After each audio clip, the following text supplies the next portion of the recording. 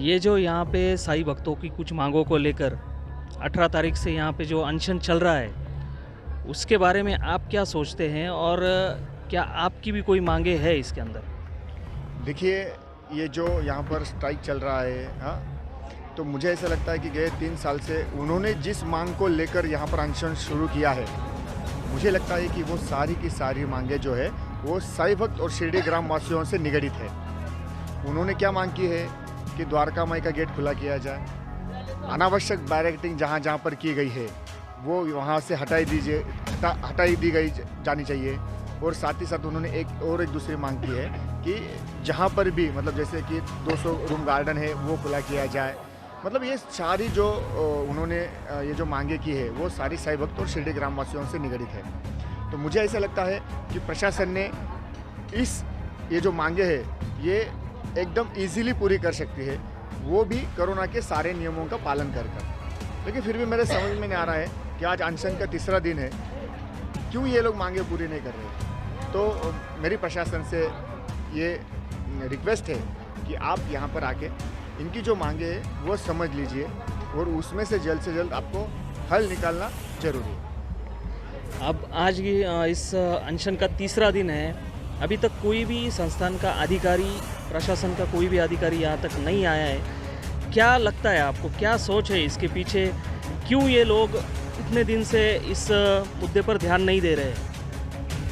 मुझे ऐसा लगता है कि आज अनशन का तीसरा दिन है और प्रशासन की ओर से अभी तक कोई भी रिप्लाई नहीं आया है। तो साईं भक्त की सुविधा और ग्रामवासियों की सुविधा करना, यह फर्स्ट प्रायोरिटी पे इसके ऊपर विचार करना, उनकी समस्याओं का समाधान करना, ये एडमिनिस्ट्रेशन की भूमिका होनी चाहिए। लेकिन ये भूमिका यहाँ पर नहीं दिख रही है, इससे मुझे बड़ा खेद है। तो मैं प्रशासन से यहाँ पर सीधे प्रशासन को मैं यहाँ पर बताना चाहता हूँ कि आज जल्द से जल्द जिस साईं भक्त पर और जिस ग्रामवासियों पर आप लोग प्रशासन का काम करते हो, अगर उनकी मांगे आप समझ नहीं सकते हो, उनकी अगर समस्या आप अगर समझ नहीं सकते हो, उनकी अगर समस्या आप अगर नहीं समझोगे, ये नहीं सुन लोगे, तो कौन समझेगा, कौन सुन लेगा।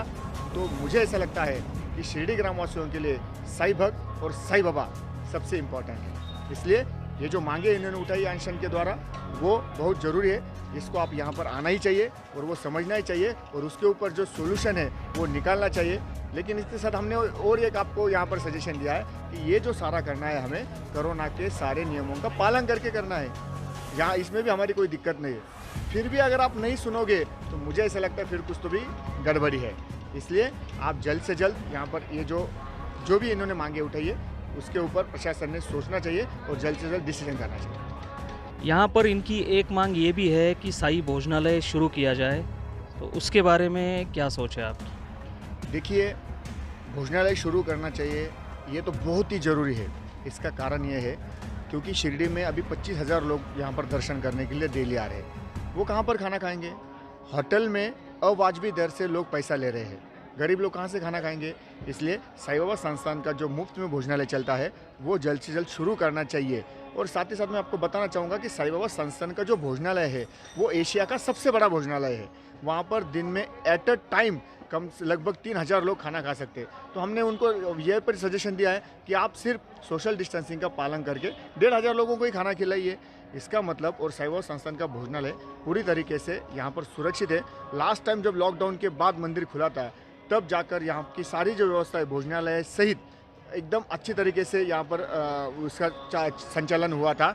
तो मुझे लगता है इस बार भी हो जाएगा, लेकिन इसके ऊपर क्यों डिसीजन नहीं हो रहा है मेरे को वो समझ में नहीं आ रहा है। आखिर क्या इनका यहाँ पर इनके इसके पीछे कारण है वो हमें समझ में नहीं आ रहा है। इसलिए प्रशासन से हमारी ये सख्त मांग है कि आप जल्द से जल्द ये सारे समस्याओं का समाधान निकाल कर प्रसादालय जल्द से जल्द भक्तों के लिए खुला किया जाए, ऐसी हमारी मांग है।